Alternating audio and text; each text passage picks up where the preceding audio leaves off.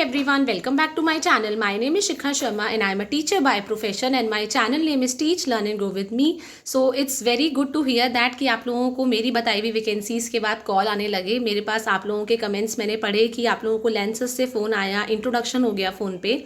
तो just wait for 2-3 days. अगर आपका इंट्रोडक्शन अच्छा हुआ है तो आप मुझे कमेंट में बताना, तो डेफिनेटली कॉल आएगा. देन मैक्सफोर्ड से भी आप लोगों को रिप्लाई आया है, तो मुझे बहुत अच्छा लग रहा है कि आप लोग ट्राई कर रहे हैं और आ रहा है. So keep on trying. और उससे पहले मैं आपको यही बोलना चाहूँगी, अगली किसी भी वैकेंसीज़ में अगर आप अप्लाई कर रहे हैं तो आपका self introduction is very very important part of your interview. And अगर आप लोग सेल्फ इंट्रोडक्शन से भी पहले देखेंगे तो आपका सीवी जो आपका रेज्यूमे होता है वो बहुत अट्रैक्टिव होना चाहिए. तो अपना बहुत क्रिएटिव अट्रैक्टिव सीवी बनाइए.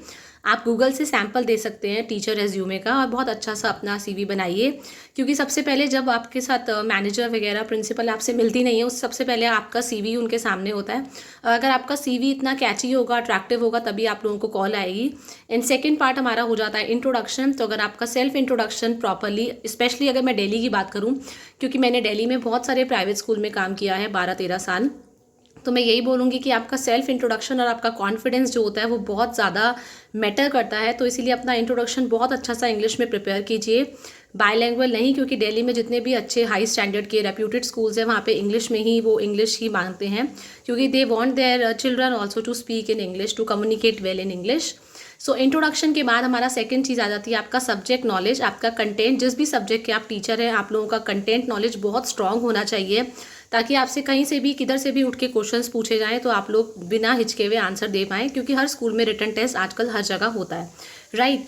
एंड सेकेंडली, तो रिटन टेस्ट के लिए आप बहुत वेल प्रिपेयर्ड होके जाएं, क्योंकि कहीं भी आप जाते हैं तो रिटन टेस्ट सबसे पहले मांगते हैं, क्योंकि वो आपका कंटेंट नॉलेज चेक करते हैं कि क्या ये टीचर बच्चों को पढ़ा भी पाएगी इतना अच्छा. क्योंकि बच्चे क्या करते हैं, अलग अलग लेवल के क्वेश्चंस कर देते हैं.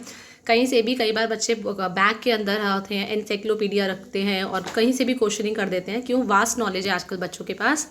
तो इसलिए रिटन टेस्ट के लिए हमेशा प्रिपेयर रहिए. जब भी आप इंटरव्यू के लिए जाएं, रिटन टेस्ट के लिए, डेमो के लिए, आई एम से कि जितने भी अच्छे अच्छे स्कूल्स हैं दिल्ली में, डेमो वो हमेशा 90% स्कूल जो होते हैं डेमो देते हैं. अगर तो आपका एक्सपीरियंस बहुत अच्छा है, आपका इंट्रोडक्शन बहुत अच्छा गया, रिटन टेस्ट बहुत अच्छा गया, तो कई बार वो आपके कॉन्फिडेंस से समझ जाते हैं कि टीचर एक्सपीरियंस है, तो वो डेमो नहीं लेते हैं. पर कहीं पे अगर उनको डाउट होता है तो डेमो की सिचुएशन आ जाती है.